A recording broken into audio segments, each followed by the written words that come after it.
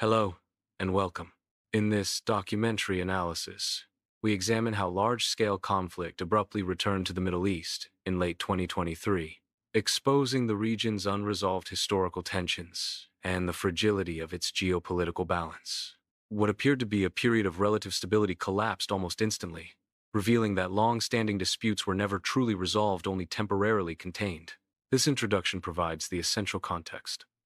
The key events that triggered the escalation, the strategic realities shaping the crisis, and the legal and political consequences that now influence global security priorities. For a moment, in the lead-up to the shocking events of October 2023, the Middle East had appeared to be entering an unprecedented era of calm and almost deceptive illusion of stability. On the 29th of September, 2023, the United States National Security Advisor, Jake Sullivan, addressed the annual Atlantic Festival. His speech confidently cataloged a series of significant diplomatic successes following years of devastating warfare across the region, conflicts that had collectively claimed hundreds of thousands of lives. The civil war in Yemen, which had torn the nation apart, was subject to a 19-month-long truce that continued to hold firm, promising an eventual, if distant, political settlement, aided by Omani mediation.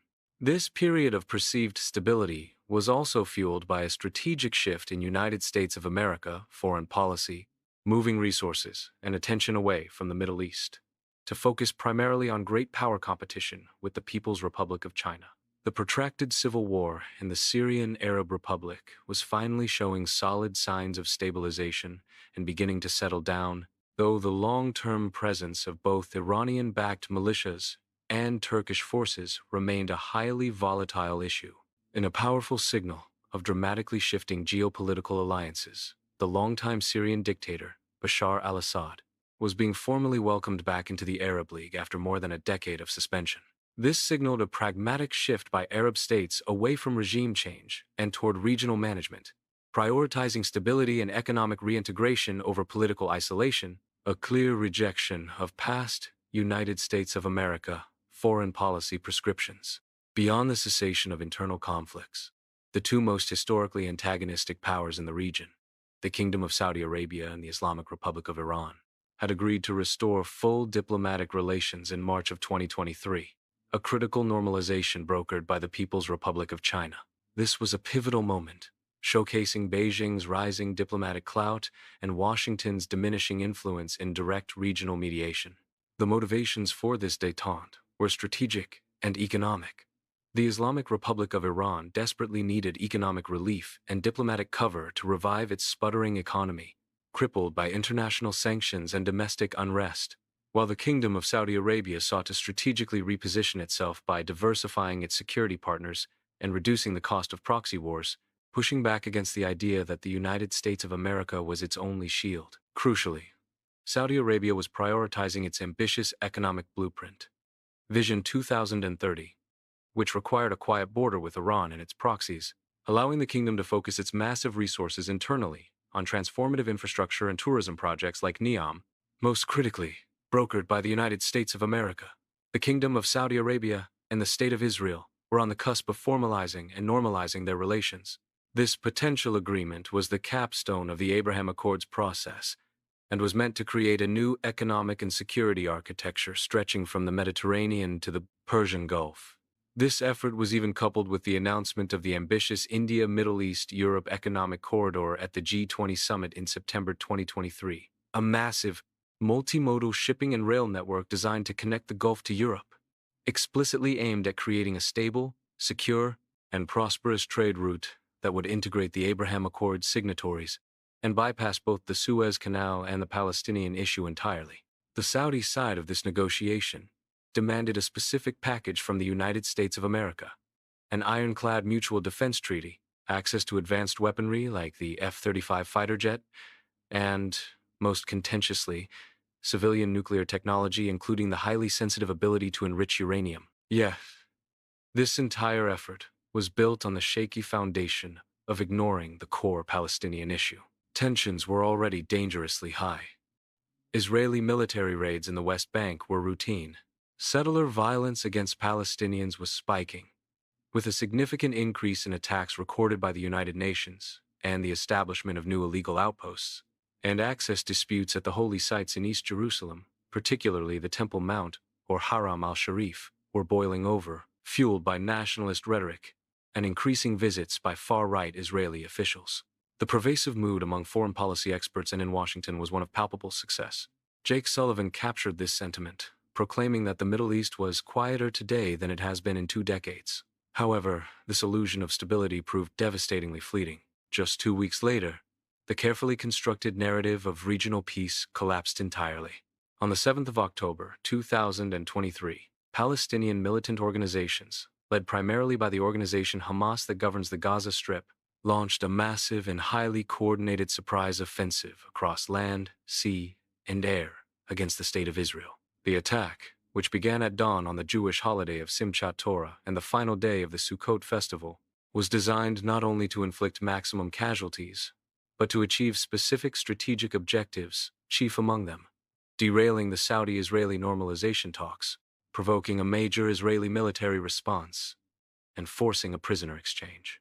In the initial hours of the assault, the attackers launched at least 5,000 rockets, while approximately 2,500 armed Hamas fighters successfully breached the highly sophisticated wall and barrier system, a complex technological security fence, long believed by Israeli intelligence to be impenetrable, protected by sensors and remote-controlled weapons surrounding the Gaza Strip, infiltrating numerous villages, military bases, and agricultural communities, known as kibbutzim, within Israel proper. Hamas achieved this breach using a combination of methods: drones to disable key surveillance and communication towers on the fence, and explosive charges and bulldozers to physically breach the fence at numerous points simultaneously. Exploiting a critical failure of the intelligence system to anticipate this low-tech multi-pronged approach, the attack represented a massive, systemic failure of the Israeli intelligence community, which had completely misread the capabilities and intentions of Hamas.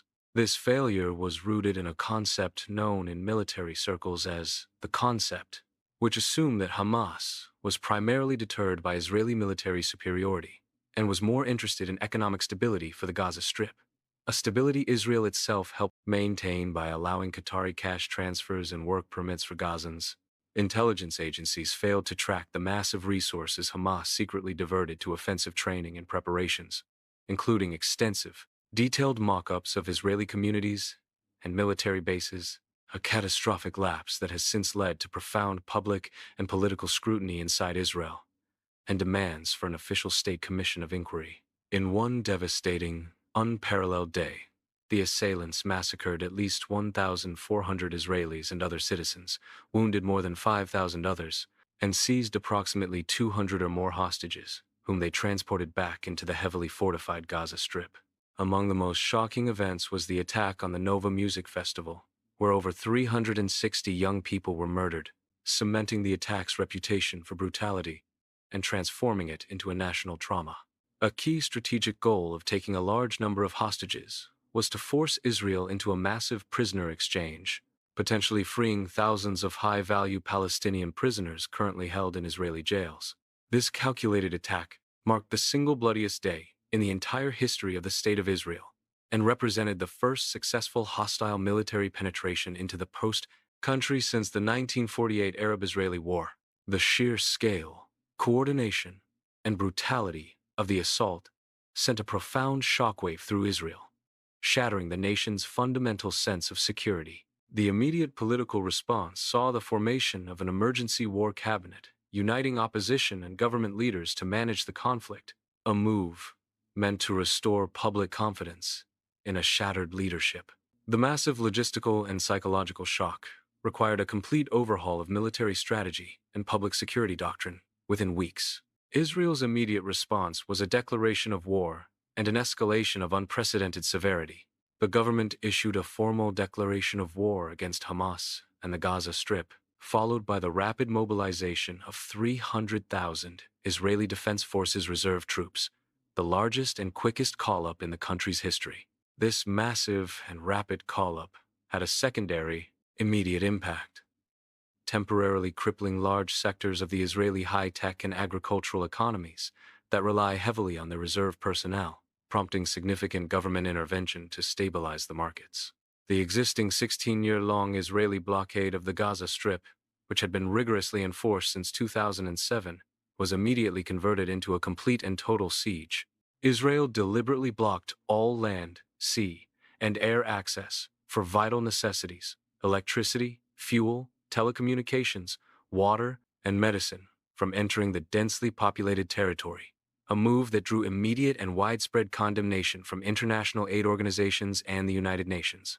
The Israeli Air Force initiated a punishing aerial campaign of historic intensity, dropping thousands of bombs across the Gaza Strip. Within only the first 6 days of the war, the number of bombs dropped exceeded the total amount of ordnance. The United States of America-led coalition dropped in an entire month during its war against the Islamic State of Iraq and Syria. 2 weeks later, on the 27th of October, the Israeli ground forces launched their full-scale invasion into the northern Gaza Strip.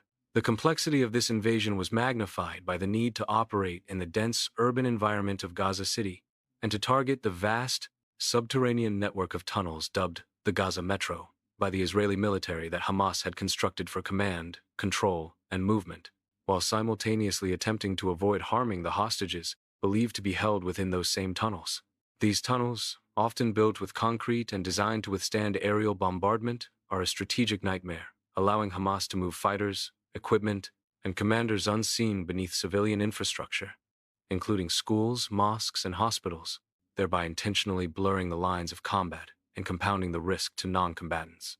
The Israeli Defense Forces has deployed specialized munitions, including bunker-buster bombs and various technological countermeasures, such as advanced ground-penetrating radar and robotic systems, to deal with this unique, multi-layered threat. The military doctrine employed is known as the Dahiya Doctrine, involving the use of overwhelming force to severely damage the infrastructure of militant groups, a doctrine that critics argue is inherently disproportionate and causes unacceptable civilian harm, which the Israeli Defense Forces dispute by citing Hamas's intentional use of human shields.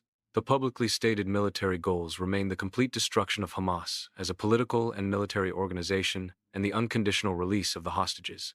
The war had returned with a vengeance, and its sheer scope threatened to ignite a wider regional conflagration.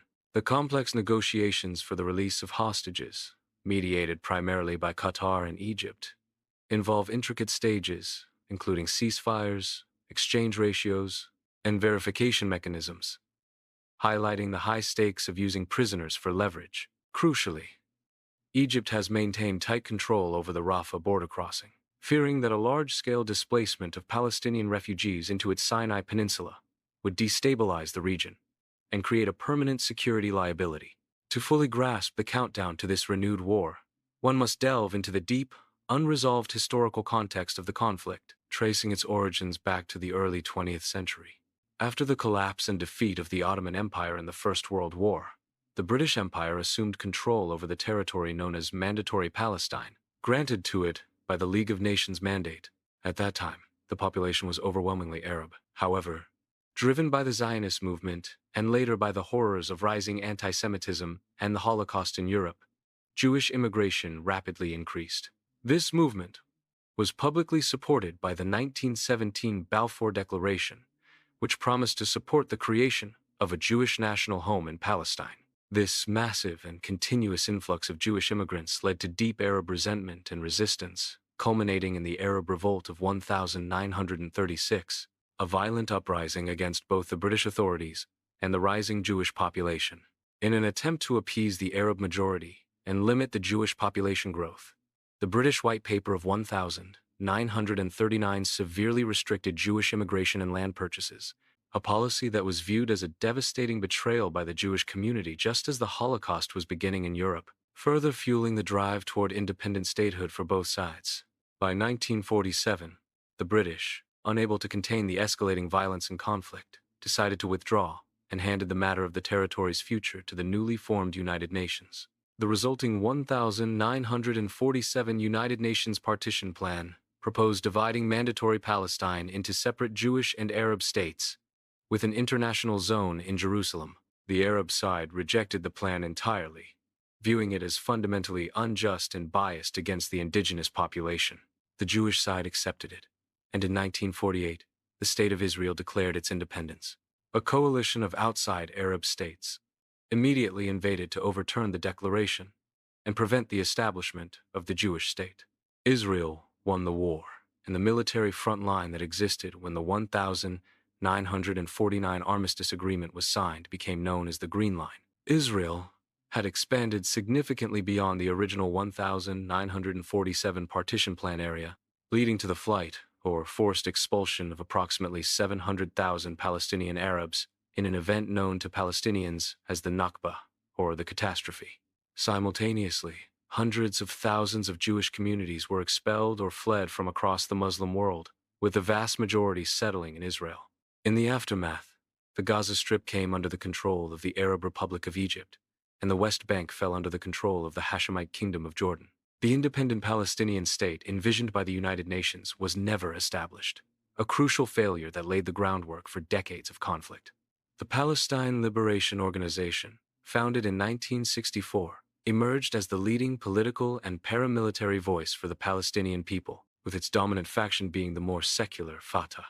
The foundational geopolitical reality of the conflict was drastically altered and solidified by the 1967 Six-Day War.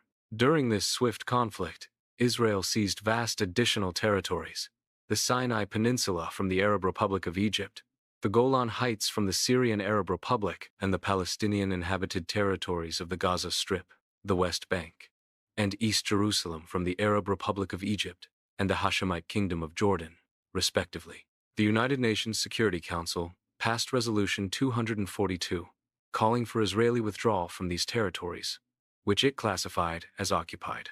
In response, the Arab League convened at Khartoum in the Republic of Sudan and proclaimed the 1967 Khartoum Resolution, explicitly laying out the collective Arab foreign policy toward Israel: no peace with Israel, no recognition with Israel, and no negotiations with Israel, a policy famously known as the Three No's. This resolution stood for decades as a seemingly insurmountable barrier to regional peace. Over the following decades, Israel adopted a differentiated approach to these occupied territories. In a major diplomatic breakthrough that broke the Three No's, Israel returned the Sinai Peninsula to the Arab Republic of Egypt in 1,979 inches, exchange for a formal peace treaty and Egyptian recognition. However, Israel unilaterally annexed all of East Jerusalem in 1980, and subsequently the Golan Heights in 1981, actions immediately declared legally null and void by the United Nations, which maintained that these areas were still Israeli-occupied territory. East Jerusalem, in particular, remains one of the most contentious issues, as both Israelis and Palestinians claim it as their capital, making any final status agreement profoundly challenging due to the density of religious sites and population overlap. The status of the West Bank and the Gaza Strip remained in a state of indefinite legal limbo, with thousands of Israeli settlers beginning to move into these territories. The Oslo Accords of 1993 and 1995 established the Palestinian Authority as an interim self-governing body, which was intended to eventually assume full authority over an independent state of Palestine. The breakdown of the Oslo Accords, particularly following the failed Camp David summit in 2000 and the subsequent outbreak of the Second Intifada, 2002-2005, which was marked by waves of devastating suicide bombings, cemented a profound mistrust on both sides and led to the building of the Israeli security barrier. In the interim, the West Bank was divided into three administrative areas. Area C, which constitutes 61% of the territory and includes the most arable land and water resources, remained under full Israeli civil and military control, and is home to all the Israeli settlements.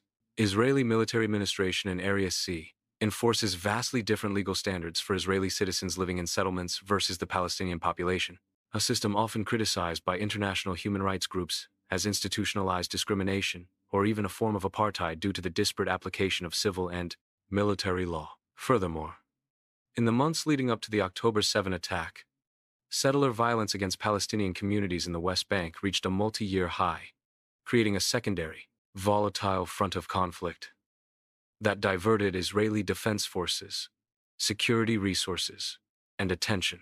The other Palestinian areas were left as 165 separate enclaves, often referred to as the Palestinian Archipelago, separated by Israeli-controlled roads and checkpoints, severely restricting Palestinian freedom of movement and economic development. Today, approximately 470,000 Israeli settlers reside in the West Bank's Area C, alongside nearly 300,000 Palestinians who live under Israeli military rule in the same zone.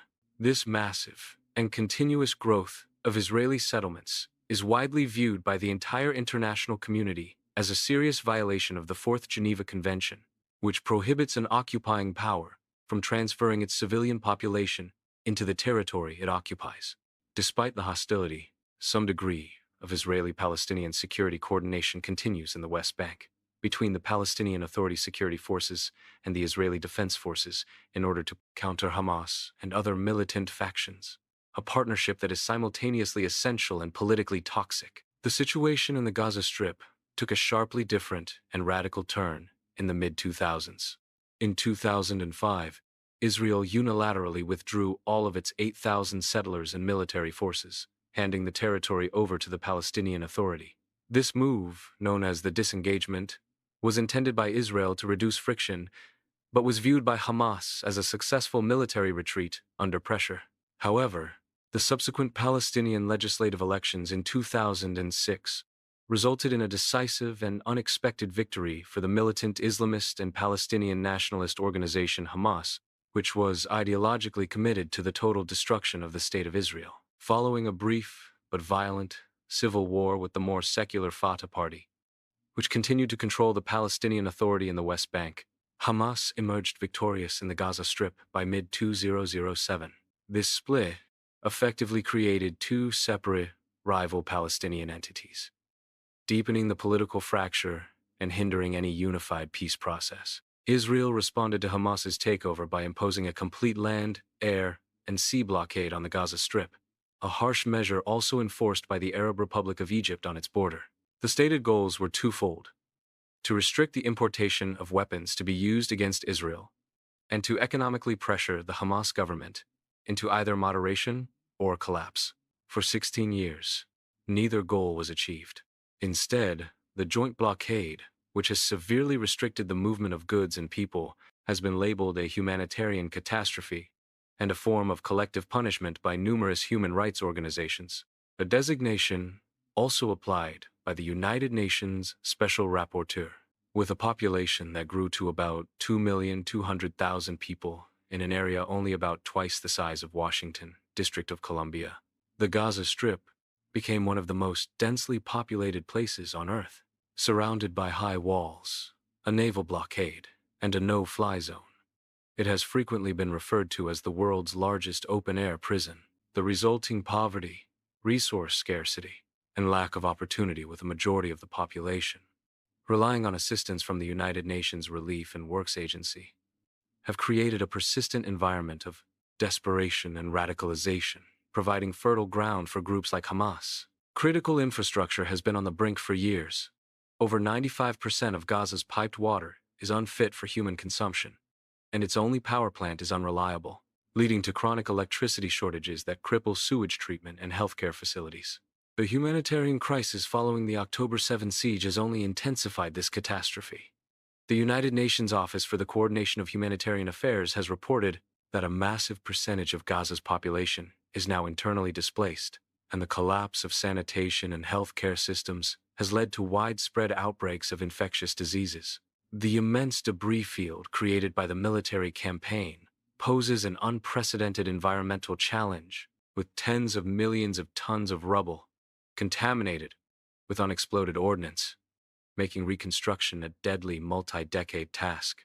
The United Nations Relief and Works Agency itself, which provides essential services like education and healthcare to millions of Palestinian refugees, became a controversial flashpoint after Israel alleged that some of its employees were involved in the October 7 attack, leading several major Western donors to temporarily suspend funding, further crippling aid efforts at the worst possible time, and sparking an international debate over the agency's future role. The geopolitical stalemate began to favor Israel dramatically with the American policy shift under the Trump administration starting in 2017.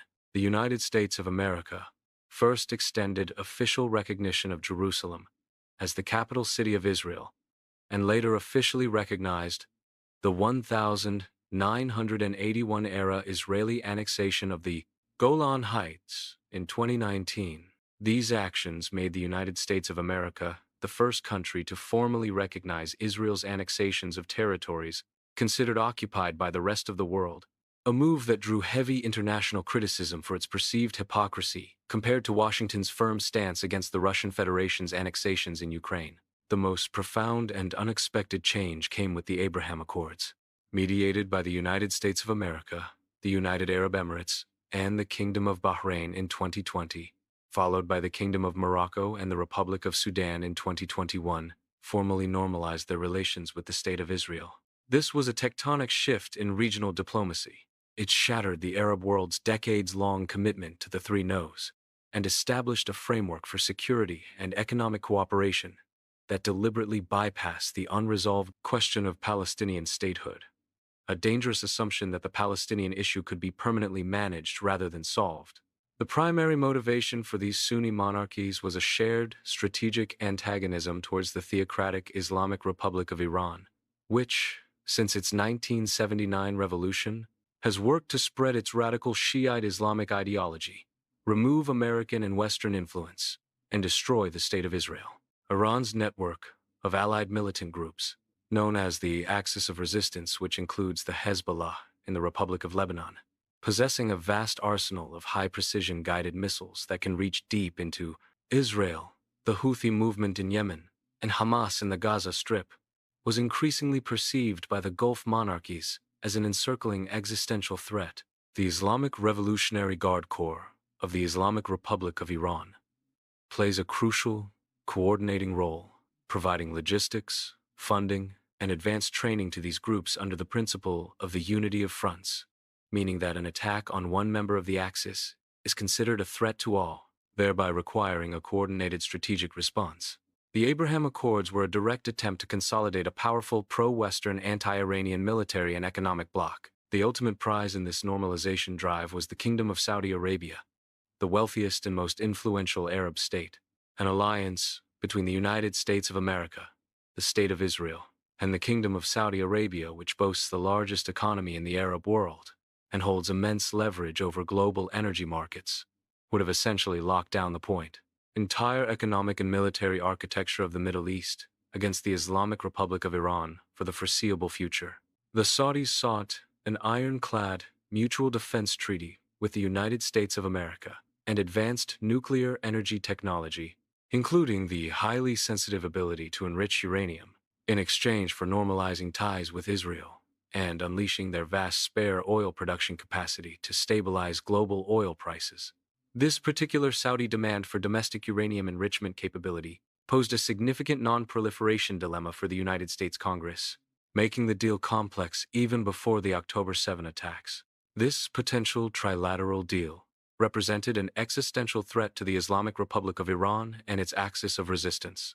Their power relied on exploiting the divisions among their enemies and keeping the Palestinian issue alive as a source of regional radicalization. A unified Israeli-Saudi front would have been catastrophic for Tehran's long-term strategy of attrition and expansion. The October 7 attack by Hamas, whether or not it was directly orchestrated and greenlit by Tehran, intelligence suggests Islamic Republic of Iran provides extensive funding, training, and strategic direction, but not necessarily operational command for that specific day, preferring strategic ambiguity to avoid a direct war with the United States of America.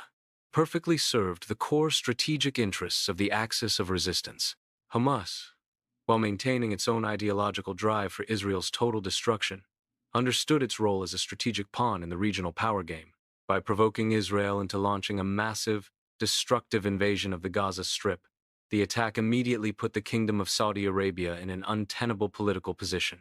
As the self-proclaimed leader and spiritual center of the Arab and Muslim world, the monarchy could not possibly continue with a high-profile normalization of relations with Israel, while the Palestinian Arab population in the Gaza Strip endured cataclysmic suffering and mass displacement. The attack successfully forced an indefinite halt to the normalization talks. The Saudi Crown Prince, Mohammed bin Salman, announced that all talks with Israel were indefinitely put on hold until the war was concluded. Furthermore, the Saudi demands for a future deal were significantly escalated, now including a clear demand for the complete withdrawal of all hundreds of thousands of Israeli settlers from the West Bank, a condition that the current right-wing Israeli governing parties are overwhelmingly unlikely to ever accept, given their political reliance on the settler movement. This shift makes the prospect of a normalization deal highly remote, forcing Washington to rethink its entire regional strategy and confront the Palestinian question head-on. The United Arab Emirates, a key signatory to the Abraham Accords, also publicly condemned the humanitarian situation in Gaza and voted for United Nations resolutions critical of Israel's military campaign, signaling the profound chill that fell over the nascent peace bloc. This official stance reflects the immense pressure from the Arab street, the collective will of the Arab public, which was overwhelmingly sympathetic to the Palestinian cause that no Arab regime could afford to ignore. The fallout of the October 7th attacks thus achieved what years of diplomatic effort could not prevent: the failure of the American-backed plan for a new, stable security architecture in the Middle East. The projected cooperation between the Israelis and the Saudis against the Islamic Republic of Iran's axis of resistance has been, at least for the foreseeable future, shattered. The Islamic Republic of Iran is now emboldened to continue its policy of attrition against its rivals. As the conflict continues, the humanitarian crisis in the Gaza Strip remains dire, with hundreds of thousands displaced, facing acute shortages of food, water, and medical supplies. Regionally, the conflict has already metastasized. The Houthi movement in Yemen, an Iranian proxy, has launched extensive missile and drone attacks on international shipping in the Red Sea and the Bab el-Mandeb Strait, severely disrupting global trade routes and forcing commercial vessels to divert around the Cape of Good Hope in Africa, which dramatically increases costs and delivery times worldwide, creating inflationary pressures globally. The Red Sea maritime choke point, through which approximately 12% of global trade passes, is now a primary front of economic warfare. The Houthis have even deployed sophisticated weapons, like anti-ship ballistic missiles, previously used only by state militaries, against commercial vessels, marking a serious escalation.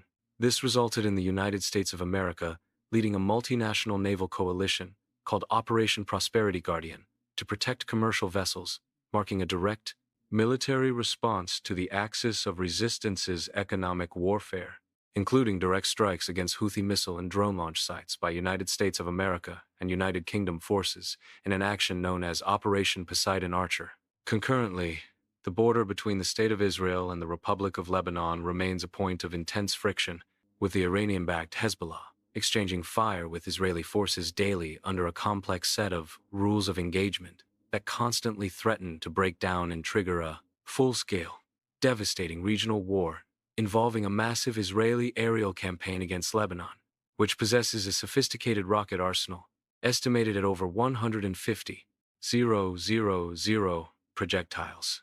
This continuous cross-border fire has led to the displacement of tens of thousands of Israeli citizens from their homes in the northern border communities, creating a refugee crisis within Israel. South Africa, for instance, filed a highly publicized case against Israel at the International Court of Justice in The Hague, alleging violations of the Genocide Convention, forcing Israel to publicly defend its conduct and compliance with international law. The International Court of Justice subsequently issued provisional measures requiring Israel to take all measures within its power to prevent genocide and ensure the immediate provision of basic services and humanitarian aid, critically, also demanding that Israel report back to the court on its progress. Separately, the International Criminal Court has an ongoing investigation into potential war crimes committed by all parties in the Palestinian territories since 2014, with increased focus on the October 7 attacks by Hamas and the subsequent Israeli military operation. These international legal battles add another layer of complexity, putting immense pressure on Israel to adhere strictly to the laws of armed conflict and complicating its relationship with Western allies, who are signatories to these conventions.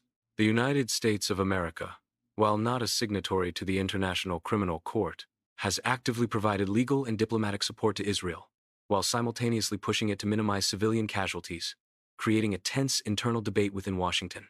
Finally, the discussion has irrevocably shifted to the day after planning, which remains highly contentious. The United States of America insists that the Palestinian Authority, reformed and revitalized, must eventually govern the Gaza Strip, and that the war must lead to a credible path toward a two-state solution. This is the key international consensus, echoed by the European Union and major Arab states. However, the current Israeli government opposes the return of the Palestinian Authority and has yet to articulate a detailed plan for the governance of Gaza that is acceptable to the Arab states who refuse to engage in nation-building efforts on Israel's behalf without a clear, internationally backed commitment to a Palestinian state. The Palestinian Authority itself is deeply unpopular, particularly in the West Bank, where its aging leader, Mahmoud Abbas, is widely viewed as illegitimate and corrupt. Any post-war plan would require a complex internal political overhaul of the Palestinian leadership to gain credibility, including genuine anti-corruption measures and democratic reforms.